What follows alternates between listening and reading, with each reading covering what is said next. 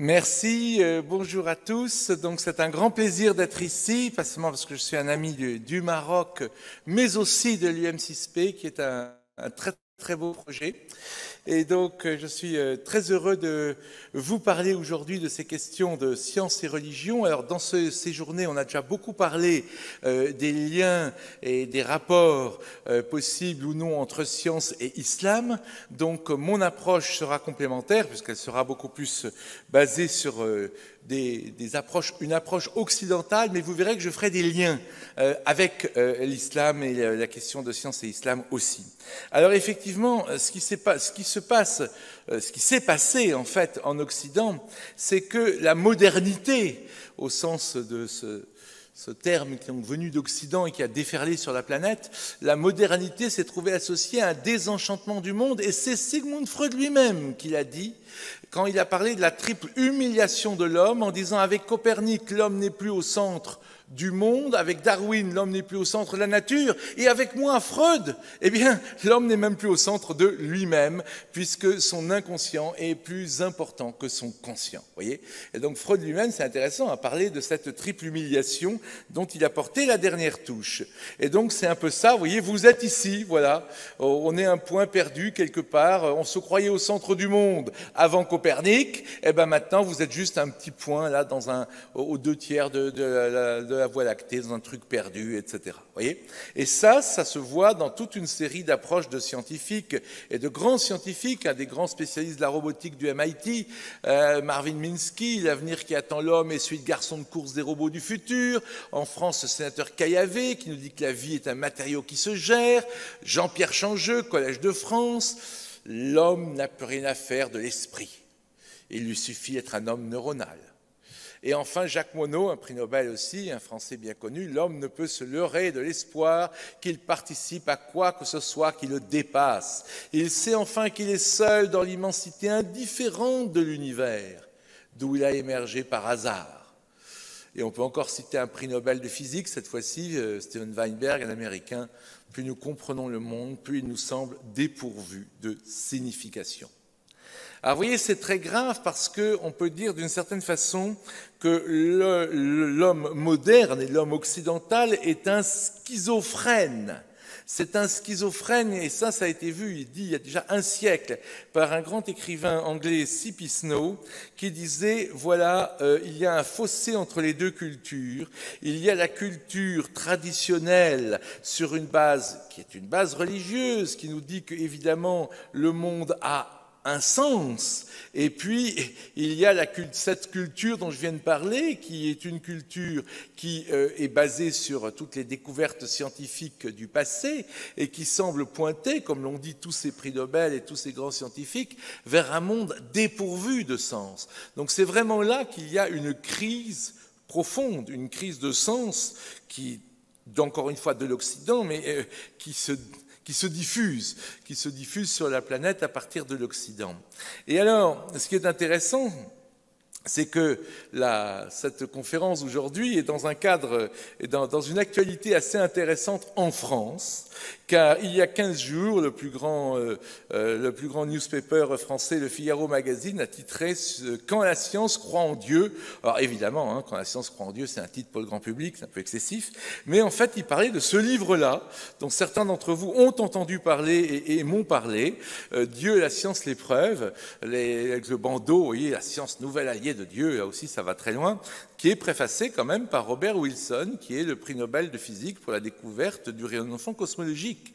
Et Robert Wilson dit dans sa préface, « Moi je ne suis pas croyant, mais si j'étais croyant, je reconnais que tout ce qui se passe là depuis déjà quelques décennies, je serais très satisfait si j'étais croyant de l'évolution des paradigmes scientifiques, il a l'honnêteté de le dire.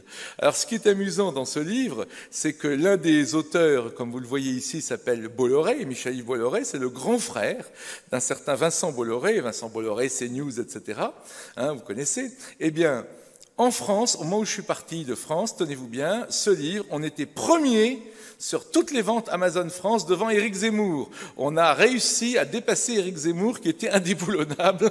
Donc c'est assez amusant. D'une certaine façon, je peux dire Dieu est plus fort qu'Éric Zemmour, mais ça on s'en doutait déjà. C'est pas un scoop, on s'en doutait. Mais en tout cas, ça montre qu'il y a un intérêt en France quand même, dans un pays qui est quand même très laïque. Il y a un intérêt pour ces questions-là, puisqu'on peut être premier avec un bouquin de 600 pages dont les auteurs sont pas hyper connus. On peut être premier là-dessus. Donc c'est un ouvrage où j'ai moi-même travaillé comme, je suis pas l'auteur, hein, je travaillais comme consultant, mais je vous dirais, j'ai même une petite différence avec les auteurs, mais c'est bon parce que ça donne un coup de pied en quelque sorte dans la fourmilière matérialiste. Et ce qui est très intéressant dans la façon dont ils ont illustré un thème sur lequel moi je travaille depuis très longtemps, ils ont appelé ça le grand retournement. C'est pédagogiquement très intéressant. Vous voyez, ça commence avec Copernic, Galilée, etc. L'homme n'est pas au centre du monde, il passe justement par Darwin et Freud, c'est les propos de Freud lui-même, et puis après ça remonte, vous avez l'entropie, vous avez la mécanique quantique, vous avez toute une série de choses dont on va parler. Alors bien sûr, en moins d'une heure, ça va être des vignettes, je vais vous faire des vignettes, mais ce grand retournement, ce qui est très très intéressant d'avoir en tête, c'est que la partie en rouge, là, quand ça descend vers le matérialisme, dans la partie en rouge, vous suivez la raison, vous suivez la science. Et quand ça remonte, c'est la même chose. Vous suivez la raison, vous suivez la science, mais ça change les perspectives, des interprétations philosophiques et métaphysiques de la science contemporaine. On reste dans la raison et dans la science, mais la dynamique s'inverse. Et hier soir, mon ami Raleb Benchek, m'a apporté quelque chose d'essentiel. Pourquoi? Parce que Raleb a dit... en gros, on a zappé, alors pas tout le monde, pas les gens qui sont dans cette salle, mais dans les pays en contexte musulman, comme il dit très bien, c'est pas les pays sont pas musulmans, juifs ou chrétiens. Raleb donc a dit dans les pays en contexte musulman, on a zappé, je le cite, la partie qui va de Descartes à Freud. Eh bien, c'est exactement toute la bande rouge que vous avez là. Et là, j'ai une illumination en écoutant Raleb, je dis, mais voilà, on ne peut pas remonter si on n'est pas descendu. Et c'est un des problèmes qu'il y a pour les sciences et religions en contexte musulman, c'est que justement, cette descente en rouge, c'est une descente vers le matérialisme, mais c'est une descente purificatrice. Parce que rappelez-vous que l'on croyait que le tonnerre, c'était la colère de Dieu, que l'on priait pour avoir la pluie, qu'on pensait que la peste était une colère divine. On a pensé tout ça, que ce soit dans toutes les religions, chrétiens, juifs ou musulmans. Et puis on a découvert la biologie, on a découvert l'électromagnétisme, on a découvert la météo, et on a compris que non, c'était pas ça. Donc il y a une purification de la foi que finalement la raison, la rationalité, la partie en rouge, nous a permis de faire. Mais en même temps, on est descendu vers le matérialisme. Mais maintenant, on remonte. Mais le petit problème, c'est que les gens qui n'ont pas fait ça, ils ne veulent pas descendre. Ils sont croyants. Alors, ils restent en haut. Ils disent non, on veut pas. Il faut leur dire oui, vous allez descendre, mais après, vous allez remonter. Vous voyez. Donc ça, c'est quelque chose qui m'a paru très important pour justement comprendre ces différences, parce qu'il se trouve qu'avec mon ami Bruno Abdallah Guiderdoni qui est dans cette salle et avec la participation de plusieurs personnes qui sont ici, Inès Safi, Reda Benkiran, nous avons fait un programme pendant presque 10 ans qui s'appelait Islam et Sciences, et donc vous avez aujourd'hui un site internet qui existe encore, et surtout vous avez une chaîne YouTube où vous avez un documentaire, vous voyez, TV Islam Sciences, Sciences et Islam, dialogue pour le XXIe siècle, qui a été fait grâce à Reda Benkiran, que vous en verrez tout à l'heure, qui nous avait trouvé donc la possibilité de monter un très grand colloque sur Al Jazeera, où nous avons après fait un documentaire avec tous ces intervenants. Et donc ça, si vous voulez, moi ce qui m'a frappé en fait, pour aller vite, en contexte musulman, pour dire en deux mots, dans le contexte occidental, on sépare beaucoup trop sciences et religions. Dans le contexte musulman, on rapproche beaucoup trop, on fusionne ou on confusionne, pour le dire directement. On fait souvent trop de confusion entre sciences et religion, alors qu'en Occident, il y a trop de séparation. Donc tout ce que je vais vous dire aujourd'hui, ça va être d'essayer de trouver un juste milieu. Ni la confusion, hein. C'est une confusion qui est épistémologique, parce que justement, il n'y a pas eu cette fameuse descente. Il n'y a pas eu cette descente-là. Donc il y a une confusion épistémologique entre science et religion, trop souvent en milieu musulman, et nous avons rencontré dans le cadre de ce programme des centaines d'étudiants musulmans dans de nombreux pays, et il y avait vraiment toujours ces problèmes sur l'ijaz al-mi, dont mes amis musulmans vous parleront tout à l'heure dans l'atelier. Il y avait toujours ces problèmes-là qui revenaient. C'est de la confusion, c'est de la manque d'épistémologie, parce qu'il n'y a pas eu ce travail un peu de purification d'épistémologique entre science et religion. Et en Occident, c'est l'inverse. Alors, je mentionne simplement, il n'a pas pu se joindre à nous, mais en attendant que mon ami Bruno Abdallah fasse son premier livre qu'on attend tous depuis très longtemps, mais il est très pris, donc il faut le pousser. En attendant, vous avez 7 ouvrages de Nidal Guessoum qui existent en anglais et qui a été publié en français sous forme de 2 volumes. L'édition originale s'appelle « Réconcilier l'islam et la science moderne, l'esprit d'Averroès ». Je crois que ça cadre tout à fait avec cette université, l'esprit d'Averroès. Voilà, vous pouvez déjà consulter ces choses-là. Mais, encore une fois, moi je vous parle maintenant de la reconstruction, donc effectivement, de ce grand retournement, de cette remontée par la raison, et uniquement par la raison, vers la question du sens, encore une fois, sans avoir la séparation et sans avoir la confusion. Alors, ça va être des vignettes, évidemment, hein, parce que, encore une fois, on va passer tout l'univers en 45 minutes. Alors, ça va forcément très vite, mais la première étape, là aussi, je suis aidé par la présence d'Inès Safi, qui a fait une belle conférence sur la physique quantique. Donc, ma première étape sera dans ma première vignette sur la physique quantique, et je ne ferai mention qu'une seule chose, ce qu'on appelle l'intrication en termes techniques, la non-séparabilité, si vous voulez, un terme un peu plus grand public, c'est-à-dire que dans notre monde, eh bien, on sait très bien, pour des raisons, encore une fois, que Bruno vous a sans doute expliqué quand on parle de relativité générale, rien ne peut aller plus vite que la vitesse de la lumière. Et pourtant, dans le monde quantique, des particules élémentaires peuvent s'influencer l'une l'autre sans aucun délai et continuer à être unies, continuer à agir comme si elles étaient un seul et même objet, au-delà de l'espace et du temps. Cette expérience fameuse a été faite pour la première fois à Paris par Alain Aspect, sous la direction d'un de mes maîtres, qui vous entendrez tout à l'heure, Bernard d'Espagna. Et cette expérience, donc on appelle l'expérience d'Aspect, alors c'est pas l'Aspect qu'elle a, hein, c'est parce qu'elle a été faite par quelqu'un qui s'appelle Alain Aspect. Évidemment, cette expérience-là, il y a 12 mètres entre les 2 boîtiers que vous voyez ici et là, et il faut 20 milliardièmes de seconde à la vitesse de la lumière pour aller de là à là, et en 1 milliardième de seconde, donc 20 fois plus vite, on peut montrer que les mesures faites ici vont avoir un impact ici. Alors, ça veut dire que les 2 particules restent liées entre elles, ce fameux intrication, ce fameux lien mystérieux. Ce qui est très intéressant, c'est que si on passe maintenant à une très grande distance, les Chinois ont fait l'expérience à 1200 km, eh bien, ça se déroule exactement de la même façon. Ce phénomène est totalement indépendant de l'espace. Et oui. Et il est aussi totalement indépendant du temps. Ça a été démontré par 2 de mes amis suisses, Nicolas Gisin et Antoine Suarez, dans une expérience, même scientifique, qui est assez fermée, vous voyez, attitrée « Le temps n'existe pas ». Et oui, parce que dans cette expérience, vous voyez les boîtes jaunes, enfin ce n'est pas des boîtes, hein, c'est des ondes acoustiques, mais enfin c'est des boîtiers virtuels. Eh bien, vous savez sans doute qu'en relativité, vous pouvez mettre, quand vous allez par exemple dans un avion, ben vous rajeunissez d'un millionième, de 14 millionièmes de seconde. Et oui, parce que le temps s'écoule moins vite dans l'avion qu'au sol. Alors évidemment, vous ne verrez pas beaucoup la différence, hein, 14 millionièmes de seconde. Mais au niveau quantique, ça se voit évidemment. Donc en fait, le temps s'écoule différemment en fonction du repère et de la vitesse dans laquelle vous êtes. Donc là, les particules élémentaires ont été mises dans ces 2 repères jaunes que vous voyez, et si elles pouvaient parler A, vous direz, c'est moi qui ai été mesuré en premier. Et B dirait, ah non, non, non, c'est moi qui ai été mesuré en premier.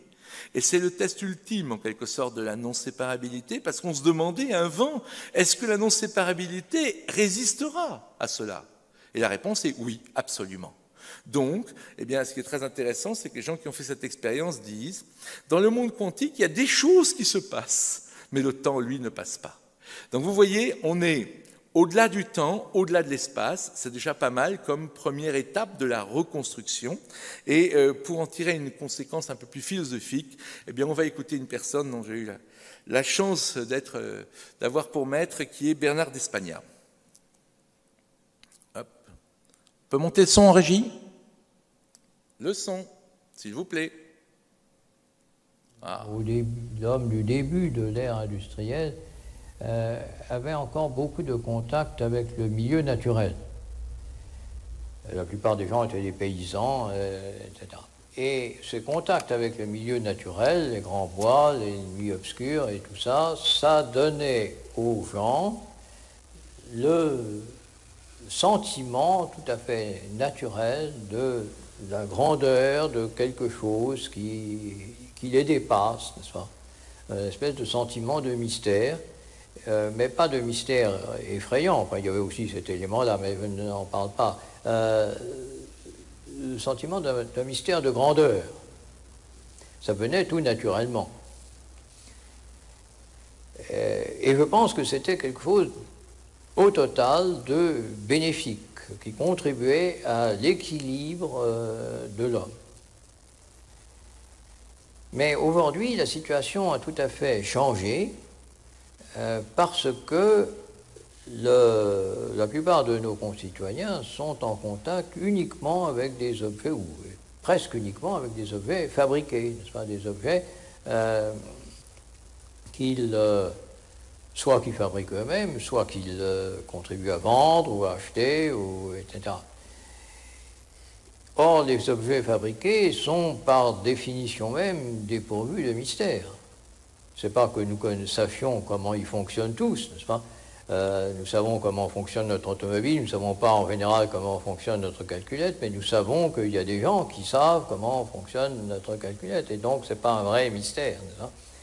Et donc, ce sentiment de la grandeur de quelque chose qui vous dépasse est quelque chose qui risque de se perdre. Et à mon avis, c'est mon opinion, ce serait très dommage. Heureusement, je dirais, heureusement que l'évolution de la science elle-même, au-delà des techniques, de la fabrication de calculettes et de tout ça, quand on la creuse elle-même, cette science, quand on creuse ses fondements, eh bien, on s'aperçoit que cette science n'est pas capable de mettre le monde à plat, si vous voulez, de tout nous décrire comme le technicien nous décrit la calculette ou l'automobile. La science a espéré pendant un certain temps être capable de faire ça. Et ça paraissait à l'époque un objectif intéressant et sympathique, n'est-ce pas? Nous venons d'en voir les dangers de cet objectif. Mais justement, il se trouve que la science elle-même s'aperçoit maintenant que cet objectif paraît être inaccessible. Et tant mieux. Alors, ce qui est très important dans ce qu'a dit Bernard d'Espagna, c'est la science elle-même. C'est-à-dire qu'on peut certainement démontrer les limites de la science par la philosophie, la métaphysique. Non, non, non. Là, on est en philosophie des sciences. C'est la science elle-même qui va démontrer ses propres limites. Alors, vous allez me dire, ah ben attendez, là, il y a un piège. C'est ce que les anglo-saxons appellent le God of the Gap. Ça, on ne sait pas, mais demain, on saura très bien. Non. Il y a une nouvelle épistémologie derrière ce que vient de dire d'Espagna et qui vient entre autres de la physique quantique. C'est, tenez-vous bien, on sait très bien pourquoi on ne saura jamais. Ça, c'est nouveau. On sait très bien pourquoi on ne saura jamais la position et la vitesse d'une particule au même moment, principe d'incertitude de Heisenberg. On sait très bien pourquoi on n'aura jamais un système logique complet et cohérent à cause du théorème de Gödel. Vous voyez, il y a toute une nouvelle épistémologie dans un certain nombre de cas assez réduits, mais on peut démontrer qu'on sait pourquoi on ne saura pas. Et ça change tout. C'est pas c'est très mystérieux, donc vous voyez, c'est Dieu qui l'a fait, ce qu'on appelle le God of the Gap, qui était épistémologiquement une catastrophe. Tandis que là, on sait pourquoi on ne sera pas. Et entre autres, parce que justement, il y a des dimensions qui sont au-delà du temps et de l'espace. Il y a des choses qui ont un impact dans le temps et dans l'espace, l'annonce de la réalité quantique, et le monde n'est plus clos sur lui-même. D'Espagna insistait beaucoup là-dessus. Ils disaient, voilà, le monde classique, il se pensait être clos sur lui-même, eh bien non. Aujourd'hui, le monde, eh bien, d'Espagna m'a toujours dit, ce qui se rapproche le plus de ce que la physique quantique nous dit de la réalité dans laquelle nous vivons, c'est la caverne de Platon. Et vous connaissez bien sûr le mythe de la caverne de Platon avec ces hommes qui voient en fait des ombres et qui prennent les ombres projetées sur le fond de la caverne pour la vraie réalité. Et c'est seulement quand certains d'entre eux arrivent à s'échapper qu'ils se rendent compte qu'il y a tout un monde réel qui existe en dehors de la caverne. Nous sommes dans la caverne de Platon, nous sommes dans un monde projeté, un monde où il y a derrière un autre niveau de réalité qui n'est pas dans le temps, pas dans l'espace, pas dans l'énergie, pas dans la matière. Regardez ce que dit Nicolas Gisin qui a fait cette expérience de physique quantique dont je parlais tout à l'heure, qui a été la preuve définitive que effectivement la non-localité n'est pas dans l'espace-temps. Les corrélations non locales proviennent d'au-delà de l'espace-temps, car aucune description située à l'intérieur de l'espace-temps ne peut en être faite. Voyez ? Et ça, c'est quelque chose de très très fort parce que ça déconstruit, ça ne prouve rien sur l'existence de Dieu, ce que vous voulez, rien. Ça déconstruit une vision fermée, une vision réductionniste, une vision matérialiste. On est très fort dans ce qu'on appelle on appelle ça l'apophatisme en grec. C'est la théologie apophatique, c'est on ne dit pas ce qu'est Dieu, on dit ce que Dieu n'est pas. Eh bien, on ne vous dit pas ce qu'est le réel, mais on vous dit ce que le réel n'est pas. Et c'est déjà formidable, parce que c'est une vraie libération. En fait, D'Espagnat insistait aussi beaucoup sur cette idée de l'arc-en-ciel. Il disait, quand vous voyez un arc-en-ciel pour la première fois, vous pouvez croire que c'est un objet physique. Vous pouvez croire que c'est un pont entre deux collines. Mais quand vous bougez, l'arc-en-ciel bouge aussi. Alors, est-ce que c'est une illusion, l'arc-en-ciel? Pas du tout.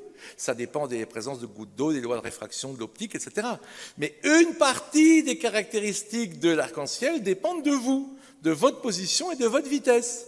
Donc, vous voyez, ce n'est pas un truc qui n'est une pure illusion, mais c'est un truc qui dépend quand même en partie de vous pour certaines de ses caractéristiques. Eh bien, c'est pareil pour toutes les particules élémentaires. Ça dépend de la façon dont on les observe, voyez-vous.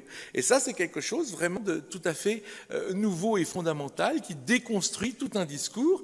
Là aussi, dernière référence à D'Espagnat, il disait, voyez, quand vous avez la vision réductionniste, la conscience est basée sur les neurones, qui est basée sur des molécules, qui est basée sur des particules. D'accord ? Mais certaines des caractéristiques de ces particules, eh bien, elles sont liées à leur observation par la conscience. Donc en fait, D'Espagnat disait, ben regardez, le truc c'est circulaire, c'est comme ça. On n'est plus du tout dans le schéma réductionniste ici, mais on est dans un schéma circulaire. Au centre, il y a la réalité ultime et vous avez ce cercle-là. Donc ça, c'est la première étape de notre reconstruction. Non seulement il y a un au-delà du temps et l'espace, mais c'est cet au-delà du temps et de l'espace qui forme la réalité véritable, quelle qu'elle soit. La physique quantique vous dit pas ce que c'est, mais la physique quantique vous dit le monde où nous vivons, comme la caverne de Platon, est une projection de quelque chose de plus fondamental. Là aussi, pour tout croyant ou toute personne même attachée à la spiritualité, c'est une information très importante. Deuxième vignette, deuxième étape de ma reconstruction. Vous êtes devant un peloton d'exécution. Vous avez 10 personnes qui vous tirent dessus en même temps, et l'instant d'après, vous êtes encore vivant. Alors, comme le dit effectivement ce condamné à mort, eh ben, certainement que tous les tirs m'ont raté, sinon je ne serais pas en train de noter que je suis toujours vivant. Ça, c'est le principe de base. On peut dire, ah bah oui, ça c'est marrant, ils m'ont tous raté. Mais il faut creuser un petit peu. Ils vous ont tous raté pourquoi? Peut-être c'est un hasard incroyable, qu'il y en a un qui a été piqué par un moustique, il y en a un qui avait trop bu, il y en a un qui a eu pitié de vous, il y en a un qui avait passé les lunettes, d'accord? Et puis on se dit non, c'est trop improbable, donc sans doute que c'est un complot en fait, c'est que la résistance a payé tous les gens du peloton d'exécution pour qu'ils ratent leur cible et ils ont tous tiré à côté exprès, c'est un complot. Eh bien cela se retrouve, cette dichotomie se retrouve en astrophysique aujourd'hui. En astrophysique, on se rend compte que s'il y a un réglage extrêmement fin des constantes fondamentales de l'univers, et que si on touche un quoi que ce soit à ce réglage, eh bien, l'univers se casse complètement la figure. On va le voir avec un grand astrophysicien et ami, Trinh Xuan Tuan, qu'on va écouter maintenant. Il faut savoir que l'univers est réglé par 4 forces fondamentales, 15 nombres comme la vitesse de la lumière, la masse de l'électron, et des lois physiques. Alors, bien sûr, on ne peut pas recréer l'univers en laboratoire. Il faudra pour cela des accélérateurs qui s'étendraient jusqu'à la prochaine étoile. Mais les astrophysiciens peuvent jouer au Dieu créateur en fabriquant avec leur ordinateur des univers joués où ils font varier justement ces constantes physiques, ces lois physiques. Et la question à 1000 francs est bien sûr, après 15 milliards d'années d'évolution, est-ce que l'intelligence, la conscience apparaissent? Si vous varier un temps soit peu ces constantes physiques, ces lois physiques, l'univers devient infertile. Donc, devant ce constat, quelle est la position possible à adopter? Pour reprendre la fameuse formule de Jacques Monod, il y a soit le hasard, soit la nécessité. La science ne peut pas trancher entre ces deux possibilités. Il faut parier, un peu comme le pari de Pascal. Et la science permet en fait les deux possibilités. La possibilité du hasard, c'est-à-dire, on peut jouer au dé et créer des milliards d'univers parallèles où les constantes physiques, les lois physiques seront toutes différentes les unes des autres. Et dans la plupart de ces univers, la combinaison serait perdante et l'univers serait infertile et dénué d'observateurs et vide d'observateurs. Tandis que, sauf dans le nôtre, où la combinaison sera gagnante et nous serons le gros lot. Donc ça, c'est la possibilité du hasard et elle n'est pas exclue par la physique parce qu'elle permet beaucoup de... La physique moderne permet l'existence d'univers parallèles aux nôtres. Et par contre, si vous pariez sur la nécessité ou vous pensez qu'il n'y a qu'un seul univers unique pour expliquer ce réglage d'une précision extrême, il faut postuler un principe créateur. Et il faut que je précise cette précision. Cette précision est comparable à celle que doit exercer un archer s'il veut planter une flèche dans une cible d'1 centimètre de côté, mais qui serait placée de l'autre côté de l'univers à 15 milliards d'années. Donc vous voyez une précision extrêmement.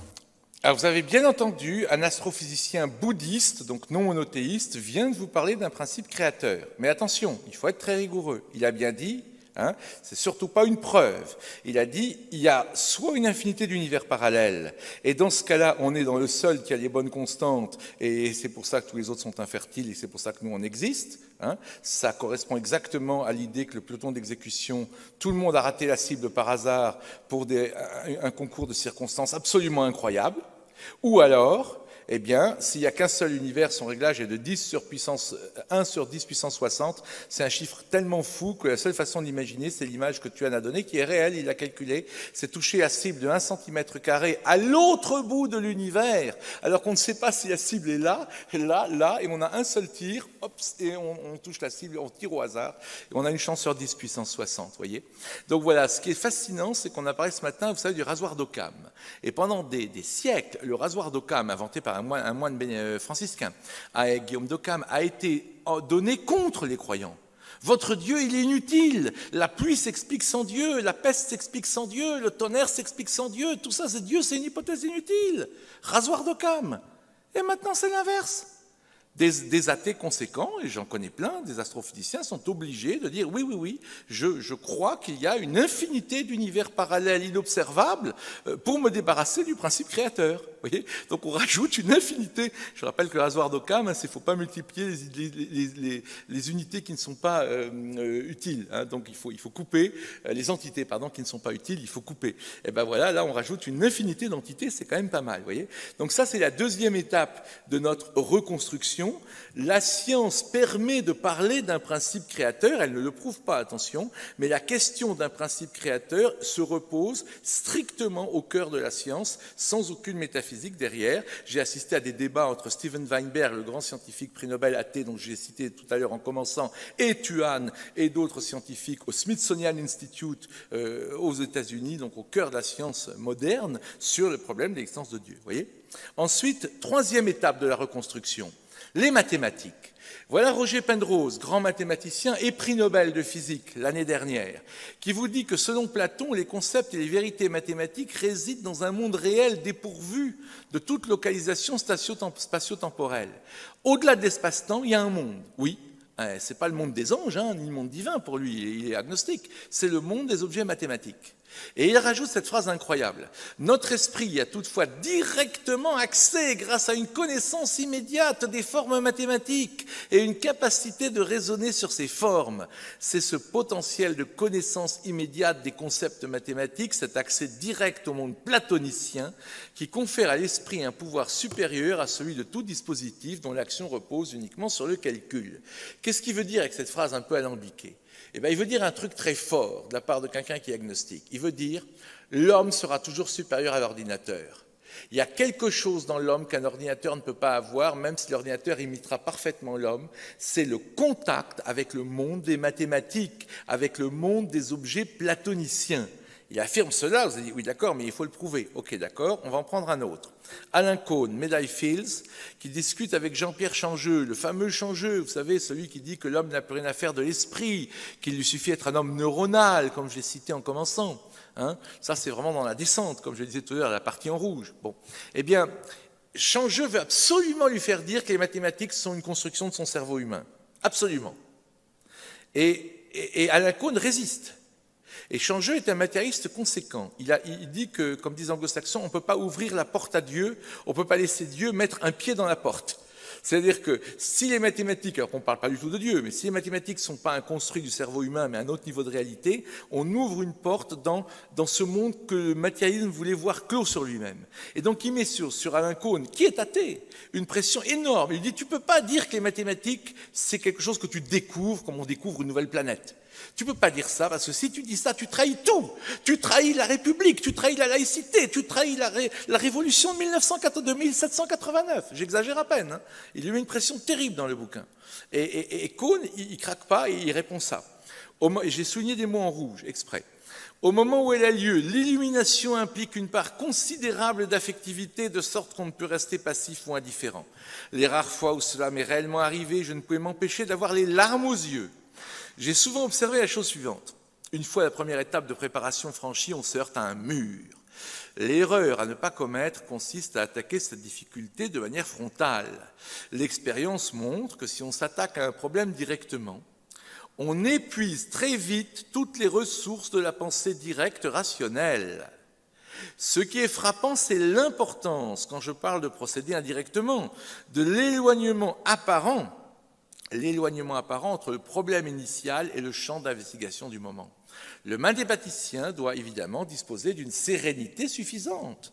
On peut parvenir ainsi à une sorte d'état contemplatif qui n'a rien à voir avec la concentration d'un étudiant en mathématiques qui passe un examen. Regardez les mots en rouge. Illumination, larmes aux yeux, épuiser la pensée rationnelle, sérénité, état contemplatif. Mais c'est les mots d'un mystique. C'est les mots d'un mystique qui décrit une expérience mystique. Et bien là, c'est les mots d'un mathématicien athée qui vous dit comment il accède à la vérité en mathématiques. Eh bien voilà.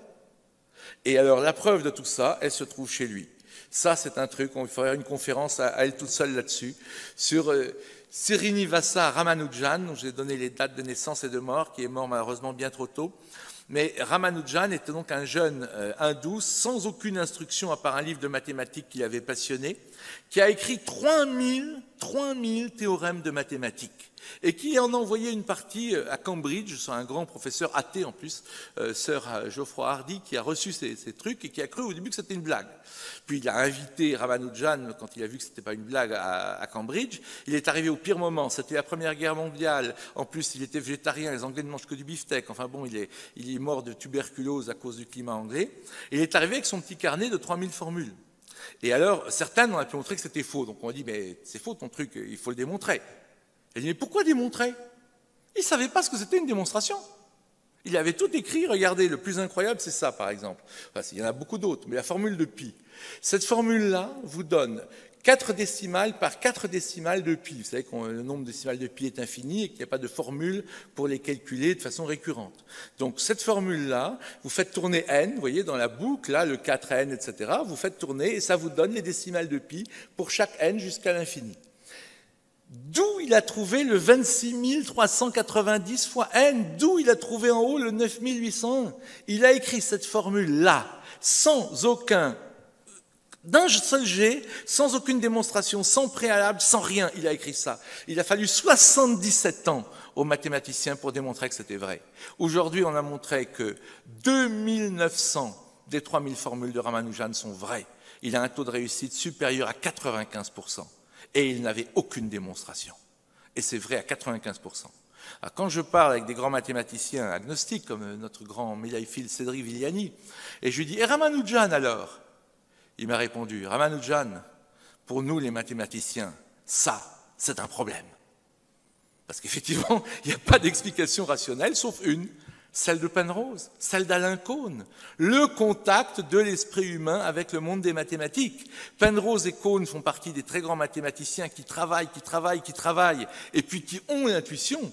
Mais Ramanujan, c'est un truc incroyable, c'est l'intuition sans le travail en quelque sorte. Voyez, c'est un cas unique, mais sa seule existence, et l'existence de ce genre de formule est un signe, à mon avis, ce qu'on appelle en management ou en entreprise, on parlerait de signal faible. C'est un signal faible, très très fort, sur l'existence d'une autre réalité auquel l'homme peut avoir accès.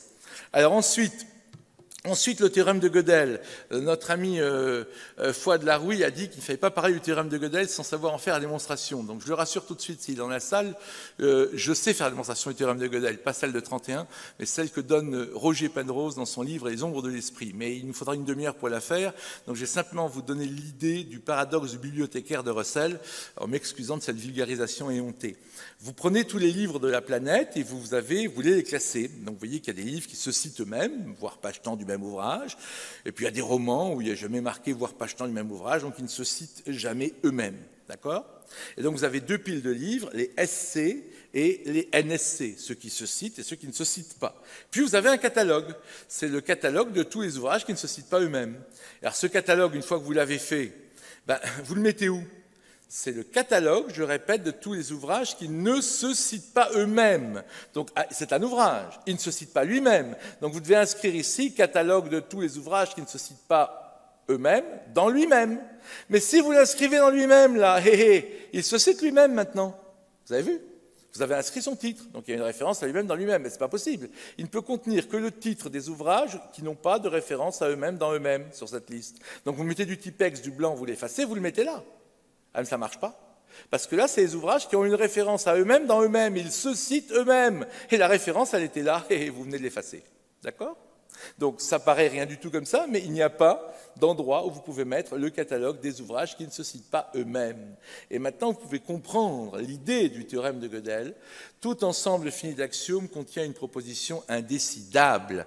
Et une proposition indécidable, je vais vous en donner un exemple, c'est où mettons le catalogue des ouvrages qui ne se citent pas eux-mêmes. Alors bien sûr, c'est facile à dire comme ça. Ce que Gödel a démontré, c'est que tout système d'axiomes, comprenez une proposition indécidable. Et le corollaire très important que vous devez retenir, c'est que tout système logique humain est cohérent ou, soit il est cohérent, soit il est complet, mais pas les deux à la fois. Vous comprenez pourquoi ? Regardez mon histoire de catalogue. Est-ce que mon catalogue est complet ? Non, il n'est pas complet. Il y a un ouvrage qui ne se cite pas lui-même, et qui est le catalogue des ouvrages qui ne se citent pas lui-même, donc lui-même, qui n'est pas dans la liste là. Donc il est incomplet, mais il est cohérent. Si maintenant vous écrivez « catalogue de tous les ouvrages qui ne se citent pas eux-mêmes dans lui-même », il devient radicalement incohérent. Par contre, il sera complet. Voilà. Ça, c'est une façon de faire comprendre le grand résultat de Gödel, qui est donc de nous dire qu'effectivement, tout système logique humain cohérent, et un système logique doit être cohérent, est radicalement incomplet. Et il y a on appelle le corollaire, le deuxième théorème de Gödel, qui vous dit, sur la partie de la même logique, que tout système logique cohérent contient une proposition qui est vraie mais non démontrable dans le système. Elle sera démontrable dans un système plus vaste, mais elle sera non démontrable. Tout système, quel qu'il soit, contient une proposition vraie mais non démontrable.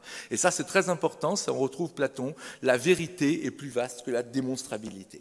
Donc voilà pour les mathématiques. Pour le résumer par un clin d'œil, vous savez, il y a le chat de Philippe Guéluc qui dit « Il m'arrive de douter de tout, et je ne suis même pas toujours certain. » Toujours certain de quoi ? D'être sûr de douter. Mais si je doute de mon doute, est-ce que je peux dire que je doute de tout ? C'est totalement gödelien. Donc voilà, donc le théorème de Gödel est bien sûr le platonisme en mathématiques, prouvé, selon moi, par des gens comme Ramanujan. Alors maintenant, encore deux petites vignettes et on conclut. Écoutons-le. N'est pas seulement, ni d'abord, un débat académique, un débat technique, c'est un débat culturel absolument central est-ce que je suis strictement réductible à un ensemble de processus formalisables, mécanisables, reproductibles dans une machine ou pas? Alors, vous venez d'entendre Jean-François Lambert nous dire que c'est un débat absolument central de savoir si la conscience de l'homme est reproductible dans une machine. On a vu que Penrose, entre autres, disait non. Penrose disait non sur la base de ce lien avec le monde des objets mathématiques. Jean-François Lambert a fait cette expérience à l'université Paris 6, qui est assez connue, dans laquelle il a invité un moine tibétain, mais rassurez-vous, ça marche certainement avec des mystiques soufis et avec certains moines chrétiens, mais là ce sont des moines tibétains, et ce moine tibétain, on lui envoie un flash dans les yeux ici, vous voyez, et ce flash déclenche un truc réflexe, là, poum, voilà, c'est dans l'électroencéphalogramme qui est sur son crâne, on voit, si on regarde là, qu'on lui a mis un flash dans les yeux de 20 millisecondes qui fait, dans les aires visuelles, une réaction automatique qu'on appelle un potentiel évoqué visuel. Le même moine se met à méditer. On lui met le même flash dans les yeux sont ouverts. Et regardez la différence ici et là, c'est à comparer avec là et là. Vous voyez, la différence est gigantesque. Il y a un petit zigouille, mais c'est dans le bruit de fond de l'électroencéphalogramme. Si on montre ça à Jean-Pierre Changeux, qui vous a dit, rappelez-vous que l'homme n'a plus rien à faire de l'esprit, parce qu'il lui suffit d'être un homme neuronal, il dira, ah ok, d'accord, apportez-moi la rate, le cœur, le foie, parce qu'en France, la loi Caillavet définit le moment où on peut prélever les organes par la fin des potentiels évoqués. Alors, on le fait plusieurs fois, à plusieurs heures d'intervalle quand même, mais ça définit la mort clinique. Et on lui dit, mais non, pas du tout, regarde, après, on a pris un café avec lui, voilà, les potentiels sont repartis. Ça s'appelle annulation du potentiel évoqué visuel chez un moine tibétain en méditation. Donc cette expérience ne prouve certainement pas l'existence de l'âme, mais elle est apophatique, comme la physique quantique. Elle vous dit qu'il y a quelque chose qui échappe à l'électroencéphalogramme, quelque chose qui échappe au neuronal, que l'homme n'est pas seulement un homme neuronal, puisqu'ici, la connaissance neuronale de ce moine tibétain ne permet pas de connaître son état mental. Et la deuxième vignette dont je vais vous parler très brièvement dans cette partie de reconstruction donc en neurologie, c'est les expériences d'approche de la mort. Ça, c'est un tableau de Jérôme Bosch, donc un tableau de fin Moyen-Âge, début Renaissance, qui s'appelle l'Ascension vers l'Empyrée, et beaucoup de gens qui ont eu une mort clinique, eh bien, ils ont vécu quelque chose comme ça. Alors, c'est très discuté, certains disent oui, c'est un truc du cerveau au moment de la mort qui se déclenche, ça n'a rien de... Mais, regardez, Pim van Lommel, qui est un très grand cardiologue et scientifique hollandais, a publié l'une des plus grandes enquêtes, vous voyez, sur les survivants d'une mort clinique par arrêt cardiaque en Hollande, dans The Lancet, donc journal tout à fait officiel, et il ose conclure un article scientifique en disant, vu le manque de preuves de toute autre théorie concernant les near-death experience, la position largement adoptée mais jamais prouvée, selon laquelle la conscience et les mémoires sont localisées dans le cerveau, devrait être discutée. Le culot d'écrire ça, c'est jamais prouvé. On n'a jamais prouvé que la conscience et les mémoires sont localisées dans le cerveau. Comment serait-il possible qu'une conscience claire en dehors de son propre corps soit vécue lorsque le cerveau ne fonctionne plus pendant une période de mort clinique avec des électroencéphalogrammes plats? Je pose la question, mais ça a été, son enquête a été publiée dans The Lancet, ce qui est quand même intéressant.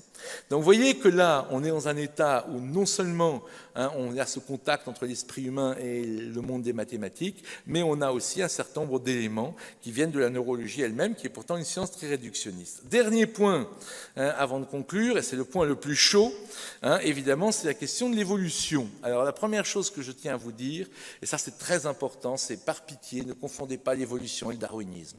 Le darwinisme, c'est Stéphane Jay Gould qui parle, c'est un grand spécialiste de l'évolution et du darwinisme, et il est darwinien. L'évolution ne signifie rien d'autre que tous les organismes sont unis par les liens de la descendance. Cette définition ne dit rien au sujet du mécanisme du changement évolutif. Ça, c'est très important parce que ça veut dire qu'il y a des créationnistes qui croient donc à une création séparée des espèces, que nous ne descendons pas du singe, si on remonte dans nos ancêtres. Yves Coppens, qui est un grand paléontologue, disait que sa grand-mère, qui était une chrétienne classique, une vieille chrétienne bretonne, lui disait, quand il expliquait que l'homme descend du singe, elle disait « Toi, tu descends peut-être du singe, mais pas moi !» hein. Donc, il y a des créationnistes, il y a des évolutionnistes non darwiniens qui pensent que l'évolution se fait pas uniquement par hasard et sélection naturelle. Un grand nom en France, c'est Pierre Teilhard de Chardin, et des évolutionnistes darwiniens, bien sûr. Alors ça, c'est un préalable important, mais il y a autre chose. Quand je suis dans le contexte musulman, comme dirait mon ami Raleb, eh bien, on nous oppose souvent, on dit, ah oui, mais dans le Coran, il est dit que voilà, vous avez 15-26, vous avez 32-7-9, l'homme a été créé à partir de l'argile, il est venu d'une goutte d'eau, puis voilà, etc. Il a commencé à partir de l'argile, etc., etc. Et je dis souvent, et ça me paraît à mon avis imparable, vous n'êtes pas Dieu. Et moi non plus, en tant que c'est la base de tout hein, pour un monothéiste, c'est que seul Dieu peut savoir ce qu'il a dit dans le Coran ou dans la Bible ou ailleurs, voyez. Donc, et ça, c'est pas moi qui le dis, c'est le fameux Averroès, hein, je cite de mémoire, il a peut-être quand il vous dit que si la révélation paraît s'opposer à un fait scientifique, ben c'est que la révélation, elle a été mal interprétée et qu'il faut la réinterpréter. Ça me paraît évident, hein, il n'y a que Dieu qui sait ce qu'il a voulu dire. Peut-être qu'il a voulu dire certaines choses, d'ailleurs, on va le voir, parce que pour moi, si vous voulez, au plan épistémologique, je faisais allusion à cette confusion qu'il y a en contexte musulman trop souvent, parce qu'ils n'ont pas passé par la phase de déconstruction, la phase en rouge de mon schéma.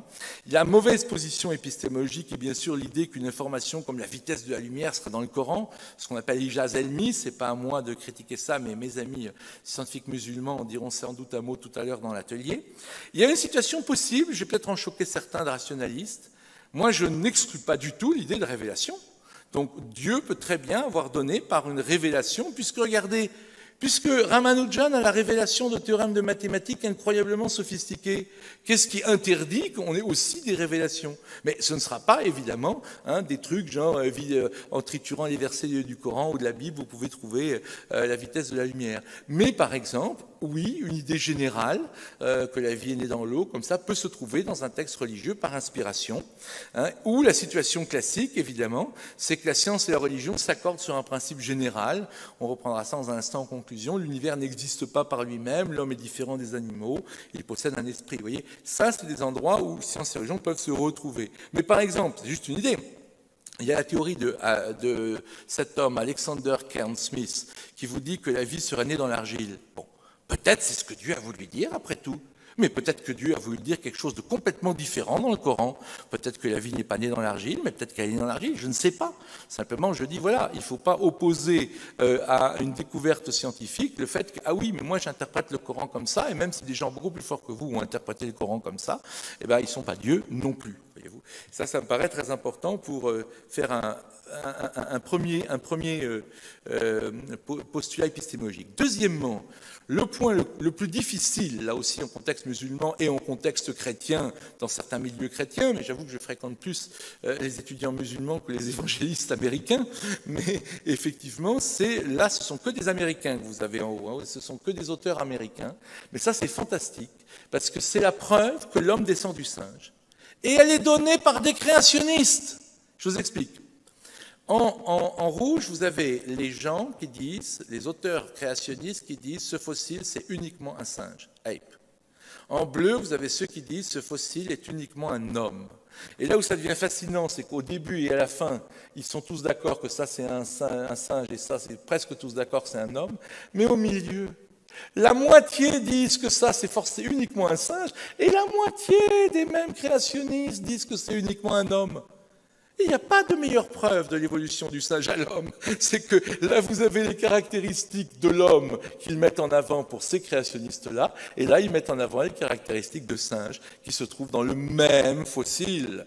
Et un fossile passionnant, par exemple, c'est un fossile qui s'appelle le KMR 1470, c'est un Homo erectus. Je me suis trouvé entre Dominique Tassot, qui est un des principaux créationnistes catholiques français, et Haroun Yahya, qui est un des principaux créationnistes musulmans. Vous pouvez trouver la vidéo sur Internet, c'est à Paris, à la Maison de la Chimie. J'étais avec des amis musulmans, et il y avait un débat chrétien musulman avec créationnistes et évolutionnistes des deux côtés. C'était assez passionnant. Et donc ces deux-là étaient donc les créationnistes. Et donc l'un dit dans son livre, un Homo erectus, eh ben ça c'est absolument pas un homme. Et l'autre dit, un Homo erectus, c'est totalement un homme. Il parle d'Homo erectus, mais c'est encore plus beau après. Voilà le Kenya National Museum 1470, un des fossiles les plus intéressants de toute l'histoire de la paléontologie. Eh bien, le même créationniste Dominique Tasso dit « Ce fossile de 1973, c'est un crâne humain ». Le Haroun Yahya, dans son livre, qui était sur scène avec Tasso, et ils n'ont pas répondu à la contradiction que je leur ai montrée, eh bien, il dit, ce fossile-là, eh bien, ce même fossile, eh bien, c'est quelque chose qui est absolument pas un humain. Et Tasso, dans le même livre, 2 pages plus loin, dit, je refuse l'appellation d'être humain, de homo, à ces êtres qui ont une capacité crânienne faible ou inférieure à 1200 cm3. Or, le KNMR, il a 775 cm3 de capacité crânienne. Donc regardez comme c'est beau. Tasso dit, ce fossile est un homme, et après il dit, ah mais un fossile de moins de 1200, ça ne peut pas être un homme. Donc il se contredit lui-même. Et Haroun Yahya dit, ce fossile ne peut pas être un homme. Voyez, donc voilà, donc ça vous montre un peu l'absurdité dès qu'on veut faire un discours créationniste pour une bonne idée, celle de défendre la foi, eh ben on ridiculise la foi, et c'est ça qui est terrible, voyez. Alors qu'il y a une autre piste, et cette autre piste, elle est là. Regardez Christian de Duve, il se trouve que, pour la petite anecdote, je l'ai fait venir au Maroc, il y a fort longtemps, pour un colloque avec les frères Mézoir et avec Fawzi Skali, ici présent, qui a donné naissance aux Rencontres de Fès. J'ai eu l'honneur d'être un des co-associés aux premières Rencontres de Fès. Eh bien, Christian de Duve, c'est un prix Nobel de médecine, c'est un très grand biologiste, et il dit cette phrase extraordinaire, « Dieu joue au dé parce qu'il est sûr de gagner ». Vous vous rappelez Einstein, Dieu ne joue pas au dé. Eh bien voilà, Dieu joue au dé parce qu'il est sûr de gagner. Et il répond, la vie est un impératif cosmique. Pourquoi? Parce que les lois de la biochimie produisent des contraintes strictes sur le hasard. Et le hasard est canalisé de telle façon que l'apparition de la vie et même de la pensée consciente, ça c'est énorme, l'apparition de la vie et de la pensée consciente devient une obligation dans l'univers. Selon la théorie que je défends, il est dans la nature même de la vie de générer l'intelligence partout et dès que les conditions nécessaires sont réunies. La pensée consciente n'appartient au schéma cosmologique non pas comme un épiphénomène dû au hasard, strictement inhérent à notre biosphère, mais comme une manifestation fondamentale de la matière. Eh bien voilà, on est très très loin de Darwin là. Et je peux vous dire que de Duve était agnostique, n'était pas athée, mais agnostique. La vie est un impératif cosmique. Qu'est-ce qu'il veut dire par là? Il veut dire ça. Non, ça, c'est le livre de Duve, L'écoute du vivant, poussière de vie. Regardez, vous lancez des billes là-haut, vous voyez, vous lancez des billes, et bien elles sont canalisées au hasard, car il y a du hasard, il y a de la sélection naturelle. Bien sûr, Darwin a en partie raison, mais par hasard, les billes vont s'entrechoquer, donc les billes vont arriver là. Il n'y a aucune bille qui arrive là. Ça, c'est le hasard. Mais les billes ne peuvent pas être là, ni là, ni là. C'est physiquement impossible. Vous voyez que les billes soient dans ces endroits-là. Voilà. C'est ça l'idée d'une évolution canalisée. Et la dernière idée sur l'évolution est due à un très grand paléontologiste de l'université de Cambridge, donc on est vraiment très très loin du créationnisme, qui s'appelle Simon Conway-Morris, et qui vous dit, voilà, les évolutions sont canalisées, il y a ce qu'il appelle la convergence évolutionniste, et si on creuse cela, regardez cette phrase incroyable, un programme de recherche pourrait révéler un niveau plus profond de la biologie, dans lequel l'évolution darwinienne resterait un concept central. L'évolution darwinienne resterait un concept central, bien sûr, mais où les formes fonctionnelles possibles sont prédéterminées depuis le Big Bang. Ça, c'est un des trucs les plus culottés que j'ai jamais vu écrire par un grand biologiste. Les formes fonctionnelles sont prédéterminées depuis le Big Bang. Ça veut dire que la forme homme, la forme chimpanzé, eh ben, ça préexiste depuis le Big Bang et ça attire l'évolution, comme vous l'avez vu, une évolution canalisée. Voilà, c'est quelque chose que l'on peut imaginer avec ce schéma. Vous voyez que tous les flocons de neige ont ici 6 branches, 6. Ils ont des formes complètement différentes. Ça, c'est le hasard, l'équivalent de la sélection naturelle qui fait ça. Ils ont des formes complètement différentes, mais, il y a une structure sous-jacente qui est inscrite dans les lois de la nature. La grande idée, si vous voulez, de Conway-Morris, quand il parle, eh ben, c'est cela, son livre « La solution de la vie », voilà, c'est les formes fonctionnelles possibles sont prédéterminées depuis le Big Bang. Eh bien, ça peut nous aider à comprendre comment une vision de l'évolution peut se concilier, effectivement, avec une vision d'un croyant chrétien, musulman ou juif, voyez. Et ça me paraît très, très important, et je dirais juste un mot, mais c'est un peu provoquant, mais l'un des problèmes, j'ai ça chez des séminaristes catholiques, quand j'enseigne chez les séminaristes catholiques, mais j'ai eu ça dans des tas de conférences avec des étudiants musulmans dans différents pays de notre programme Sciences et Islam, on me dit, oui, mais Adam et Ève.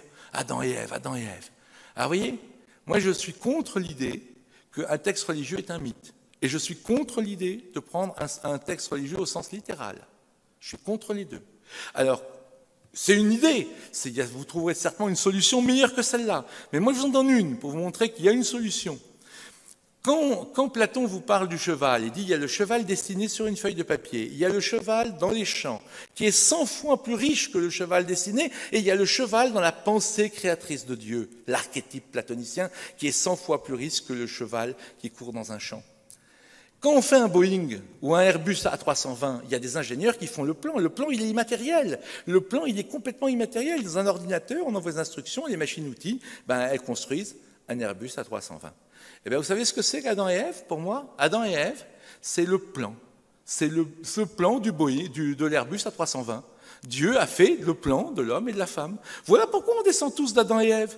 Mais Adam et Ève n'ont jamais existé sous forme d'êtres physiques, ils n'ont jamais marché sur cette planète, ils n'ont jamais eu des corps avec du chair, de la sang, ils n'ont jamais été dans cet univers. C'est dans la réalité ultime, c'est dans la pensée créatrice de Dieu. Et bien, comme Dieu crée la partie noble, c'est le plan du Boeing, la partie noble ou de l'Airbus. Et bien voilà, c'est l'archétype dans la pensée créatrice de Dieu. Et là, vous avez après la possibilité de vous dire, finalement, Adam et Ève, il n'y a pas de contradiction, mais à condition de changer radicalement de niveau de discours. Alors attention, là c'est le croyant qui parle. Vous avez bien compris que j'ai quitté la science là. Hein, la science nous dit, si on est d'accord avec Conway Morris et Deleuve, et tout le monde ne l'est pas, c'est à voir, mais la science peut nous dire, la vie est un impératif cosmique, et il y a des formes fonctionnelles qui existent avant le Big Bang parce que c'est logique quand on regarde l'évolution. La science peut nous dire ça, c'est énorme si elle nous dit ça. Mais après, là il y a un saut. C'est le croyant qui dit, ah bah oui, mais moi, en tant que croyant, je pense que Dieu a créé ces formes fondamentales, fonctionnelles, qui existent depuis avant le Big Bang, que les scientifiques voient. Mais ça, c'est un tout autre niveau de discours, vous voyez, au plan épistémologique. Et ça, c'est très important. Je donne juste cet exemple parce que la question d'Adam et Ève est tellement revenue pour vous montrer qu'il y a une solution possible. D'accord. Maintenant, dernière chose, et je conclus, on écoute Ilya Prigogine, dont j'ai aussi eu la chance d'être l'élève. Hop, ici. Leçon en régie. La dynamique de ces phénomènes. Et la dynamique de ces phénomènes est liée justement aux propriétés de non-équilibre, aux instabilités, aux bifurcations, et au chaos. C'est le fameux effet papillon, par exemple. N'est-ce pas que des tout petits effets peuvent être amplifiés? C'est donc un tout autre univers que nous voyons. Un univers qui devient aussi, dès lors, accessible à notre action. Au fond, la vision classique était une vision qui semblait être extrêmement ambitieuse, mais qui n'était que, je dirais d'une certaine manière, qu'une chimère intellectuelle. C'était l'idée de la certitude et de la toute puissance de l'homme. C'est pour ça que l'idée de la certitude était tellement populaire, parce que d'un côté, comme Leibniz l'avait écrit et répété, elle nous rendait semblables à un Dieu, parce que pour Dieu aussi, il n'y a pas d'incertitude, tout est certain, et de l'autre côté, elle ouvrait l'idée au mythe de la toute-puissance de l'homme, d'un univers asservi, d'un univers esclave, dont nous pourrions faire ce que nous voulons. Nous voyons que ce n'est pas comme cela. L'univers est bien plus complexe, l'univers s'auto-organise, l'univers a des différentes possibilités d'évolution, et nous devons mieux comprendre et déchiffrer ce message pour pouvoir aussi, dans une mesure possible, rendre les conditions de vie plus satisfaisantes pour l'humanité nombreuse de demain. Alors vous voyez, ce qui est extrêmement important, c'est qu'il a dit que ce fameux projet de l'homme de se mettre à la place de Dieu est une chimère intellectuelle. Voir un prix Nobel de chimie de son niveau à lui, qui était agnostique, je peux en témoigner, car j'ai eu des dizaines d'heures de discussion avec lui, il est parfaitement agnostique, mais il dit que c'est une chimère intellectuelle. Voilà, nous avons la dernière étape de notre reconstruction et maintenant nous pouvons conclure. Nous pouvons conclure tout ce qu'on a vu, on a fait tout l'univers en moins d'une heure, donc c'était un peu rapide, donc rappelons ce qu'on a vu. On a vu les applications philosophiques de la physique quantique. Il y a une limite absolue à la connaissance que nous pouvons avoir du monde qui nous entoure. C'est le principe de la certitude de Heisenberg. Les fondements des objets, tout ce qui constitue les objets, les particules élémentaires ne sont pas des objets. C'est comme l'arc-en-ciel, ce sont l'équivalent de l'arc-en-ciel. Ils sont réels, mais ils dépendent en partie de nous pour certaines de leurs caractéristiques. Donc ils ne sont pas réels au sens classique du terme, vous voyez. L'existence de la non-séparabilité montre que des phénomènes échappent au temps et à l'espace. Ça, c'est fondamental à retenir de la physique quantique. Ensuite, en astrophysique, la théorie du Big Bang nous montre de façon claire, comme en physique quantique, c'est le lien entre l'infiniment petit et l'infiniment grand, que beaucoup de mystiques aussi ont insisté dessus. Le monde physique où nous vivons ne s'explique pas par lui-même. Il y a un au-delà de l'espace-temps, nous dit les théories de l'astrophysique, quel qu'il soit. Et la question du créateur, pas la réponse, j'ai été très précis là-dessus et j'espère avoir été rigoureux, la question du créateur est redevenue une question strictement scientifique, même si la réponse semble devoir être personnelle, infinité d'univers parallèles ou univers unique avec un créateur, c'est ce que Thuan nous a expliqué tout à l'heure. Ensuite, les mathématiques. Aucun système logique n'est à la fois complet et cohérent, et en plus, on peut dériver du théorème de Gödel, le deuxième postulat résultat extrêmement important, il y a des vérités que nous pouvons percevoir, mais comment on peut les percevoir? Gödel vous aurait dit, et Penrose vous aurait dit, avec notre perception platonicienne de la vérité des mathématiques, la même qui a permis à Ramanujan d'avoir ces résultats incroyables. Il y a des vérités que nous pouvons percevoir alors qu'elles ne sont pas démontrables dans un système donné, et puis cette fameuse possibilité de l'existence du monde des concepts mathématiques avec lequel l'homme est en contact. Ça, c'est les mathématiques. Maintenant, la neurologie. Il n'y a pas d'adéquation absolue entre l'expérience mentale du sujet et son état neuronal, l'expérience des Tibétains, de Jean-François Lambert, que vous avez entendu, et les expériences de type Near-Death Experience, qui donnent une crédibilité, pas une preuve, à l'idée que la conscience ne serait pas localisée dans le cerveau. Regardez tout ce qu'on est en train de reconstruire là. Et enfin, la biologie de l'évolution, possibilité de l'évolution soit en partie canalisée et donc reproductible, avec des très très grands noms comme Deduve et Conway-Morris, dont personne ne peut dire que c'est des rigolos, un des plus grands paléontologistes actuels et un prix Nobel de biologie, spécialiste de la cellule. Et les formes et les structures complexes seraient produites par les lois de la nature, comme les 6 branches de mes cristaux de neige, et pas par la sélection naturelle, qui elle ne fait que les formes secondaires. Voyez-vous ? Ça, c'est la biologie de l'évolution. Et donc, tout ce que je vous ai dit peut se résumer en un seul tableau.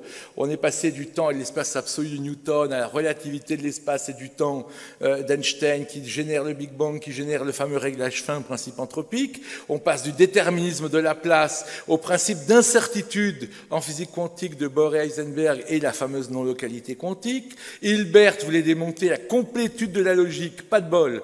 Gödel a sorti son théorème d'incomplétude qui a ruiné le projet de Hilbert. La sélection naturelle de Darwin existe bien sûr, mais Deduve et Conway-Morris et d'autres vous montrent que l'évolution est canalisée. La chimie classique avec un athée comme Berthelot analysait l'équilibre. Prigogine analyse la théorie du chaos, les déséquilibres. Et face à l'homme neuronal de Changeux, d'autres modèles, comme ceux de Jean-François Lambert, vous présentent une non-identité du neuronal et du mental. Regardez, c'est ça le grand retournement. Vous avez vu le rouge tout à l'heure et le vert? Ça, c'était pas de moi, mais ça, c'est de moi. Et bien voilà ce formidable retournement par la raison, par la science uniquement. Il y a zéro théologie là-dedans, c'est la philosophie des sciences uniquement, c'est l'analyse des découvertes scientifiques qui permet ce fabuleux retournement. Et donc, ça nous permet de conclure que les religions monothéistes nous disent que l'univers a été créé par un créateur. Et bien la science nous dit que le concept de créateur redevient crédible en science. Les religions monothéistes nous disent que la réalité ne se limite pas à ce qu'on peut voir, toucher, mesurer, peser. La science nous dit que les corrélations venant d'un au-delà du temps, de l'espace, de l'énergie et de la matière non seulement existent, mais agissent dans notre monde, la non-séparabilité quantique. Les religions monothéistes nous disent que l'homme possède une âme créée par Dieu, qui le distingue des animaux. Et la science nous dit que les états neuronaux ne se réduisent pas aux états mentaux, et puis rajouter à cela les near-death experiences. Les religions monothéistes nous disent qu'il y a des révélations que certains esprits humains sont capables de recevoir. La science nous dit que l'esprit humain peut être en contact avec au moins un autre monde, un monde très rationnel, celui des objets mathématiques, avec Ramanujan. Regardez tout ce que vous avez là.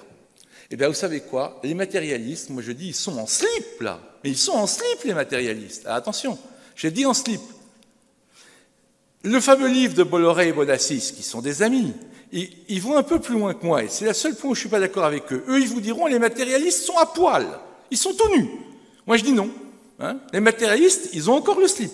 Ils ont le slip, mais ils ne sont pas tout nus. Non, on ne peut pas aller plus loin, mais ils sont quand même en slip. Et ça, c'est extraordinaire, parce qu'on les a mis en slip quand même avec la raison et la rationalité uniquement. Et c'est à ce niveau-là que science et religion peuvent se retrouver. Et bien sûr, pas au niveau de l'Ijaz et au niveau de ce genre de trucs, vous voyez. C'est à ce niveau-là fondamental. Et je pense à mon ami bouddhiste Trungzhuan Tuan. Et donc, ma dernière phrase sera pour toutes les religions, et pas seulement les religions monothéistes. Là, j'ai parlé des monothéistes. Mais regardez, toutes les religions disent depuis des siècles qu'il y a un autre niveau de réalité au-delà du temps et de l'espace, au-delà de la matière et de l'énergie, que l'esprit humain est relié à cet autre niveau. Toutes les religions disent ça. Le Bouddha dit ça. Il y a un non-né, non-devenu, non-créé, sinon il n'y aurait pas de sortie hors du temps, du devenir, de la création. Le Tao dit ça. Il y a le Tao sans nom, il y a le Tao avec un nom, partout. Dans toutes les religions, il y a les deux niveaux de réalité, même les non-monothéistes. La modernité avait rendu absurde une telle conception. Pour elle, il n'existe que le monde matériel. Et bien voilà, nous venons de voir qu'une nouvelle synthèse est possible entre science et spiritualité. Elle conduit à ce que Prigogine lui-même a appelé un réenchantement du monde. On peut bâtir une vision du monde bénéficiant du souffle que donne la transcendance et de la solidité que donne la raison. Car la transcendance sans la raison, ça engendre des monstres. Et la raison sans la transcendance, ça engendre un monde extrêmement sec, extrêmement désenchanté. Voilà donc comment on peut avoir l'espoir pour le XXIe siècle de rebâtir un homme complet, un homme qui marche sur ses deux jambes, la transcendance et la raison. Je vous remercie.